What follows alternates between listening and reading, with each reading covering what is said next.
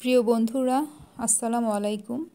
আশা করি আপনারা যে যেখানে আছেন নিরাপদে আছেন, ভালো আছেন। তো বন্ধুরা, আমি আপনাদের সাথে আজকে বর্তমান যে বন্যা পরিস্থিতি রয়েছে সে বিষয়ে কিছু কথা বলবো এবং সামনের দিকে আমরা কিভাবে এই বন্যা পরিস্থিতি থেকে অনেকখানি মুক্তি পেতে পারি সে বিষয়ে কিছু গুরুত্বপূর্ণ বিষয়ে কথা বলবো। তো ভালো লাগলে প্লিজ আমার ভিডিওটি লাইক এবং শেয়ার করে দিবেন এবং আমার চ্যানেলটিকে সাবস্ক্রাইব করে পাশে থাকবেন। তো বন্ধুরা, প্রথমে আমাদের বন্যা কবলিত যে অঞ্চলগুলো রয়েছে, বিশেষ করে কুমিল্লা, ফেনী এবং লক্ষ্মীপুর, এগুলো তো বন্যার পানিতে একদম থই থই হয়ে গেছে, যেটা নতুন করে বলার কিছুই নেই। তো আমরা সবাই আমাদের ব্যক্তিগতভাবে বন্যার্থদেরকে সাহায্য করার চেষ্টা করব ইনশাল্লাহ। তো বন্ধুরা, আমি বন্যা থেকে কিভাবে আমরা সামনের দিনগুলোতে পরিত্রাণ পেতে পারি অনেকাংশে, সেক্ষেত্রে কিছুটা বিষয় আপনাদের সকলের সাথে শেয়ার করতে যাচ্ছি। সেটা হচ্ছে গিয়ে আমাদের এই বন্যা হুটহাট লেগেই থাকে। তো এর থেকে মুক্তি পেতে হলে আমাদের যে বিষয়টি করতে হবে সেটা হচ্ছে যে আমরা চাইলে আমাদের বর্তমান যে নদীগুলো রয়েছে এগুলোর একটু দেখভাল করলে ইনশাল্লাহ আমরা এই বন্যা পরিস্থিতি থেকে অনেকাংশে মুক্তি পেতে পারি। সেটা কিভাবে? সেটা হলো গিয়ে আমরা আমাদের নদীগুলোকে আবার খনন কাজ শুরু করতে হবে, আমাদের নদীগুলোকে বাঁচাতে হবে।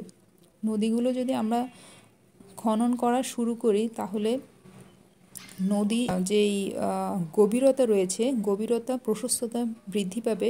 সেক্ষেত্রে নদীতে পানি ধারণ ক্ষমতাও বৃদ্ধি পাবে এবং এতে করে বন্যা পরিস্থিতি থেকে ইনশাল্লাহ আমরা অনেকাংশে মুক্তি পেতে পারি। এছাড়াও আমাদের যেই ড্রেন রয়েছে ঢাকা শহর কিংবা সিলেট জেলা শহরগুলো, যেই শহরে হোক না কেন, এই ড্রেনেজগুলোতে আমরা পলিথিন, নানা ধরনের আবর্জনা ফেলে এগুলোকে আমরা একদম ব্লক করে দিয়েছি। সেদিকে আমাদের খেয়াল রাখতে হবে। এই বিষয়গুলো, এই ড্রেনেজ সিস্টেমগুলো আমাদের পরিষ্কার রাখতে হবে। ব্যক্তিগতভাবে প্রতিটি বাঙালিকে এর দিকে এগিয়ে আসতে হবে। এতে করেও আমরা কিন্তু বন্যা পরিস্থিতি থেকে অনেকাংশেই আমরা মুক্তি পেতে পারি।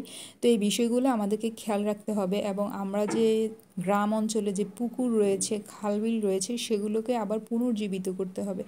এতে করে আমরা ইনশাল্লাহ আমাদের বন্যা পরিস্থিতি থেকে সামনের দিনগুলোকে অনেকাংশে মুক্তি পেতে পারি। তাই নদী খনন সহ অন্যান্য ড্রেনেজ সিস্টেম, পুকুর, খালবিলে যেসব কথা আমি বলেছি, এই কাজগুলো অনতিবিলম্বে এখনই শুরু করে দিলে এর ফলাফল আমরা ইনশাল্লাহ সামনের দিনগুলোতে তো পাবই, এখনও এই বন্যা পরিস্থিতি থেকে আমরা অনেকাংশেই নিজেদেরকে মুক্ত করতে পারি।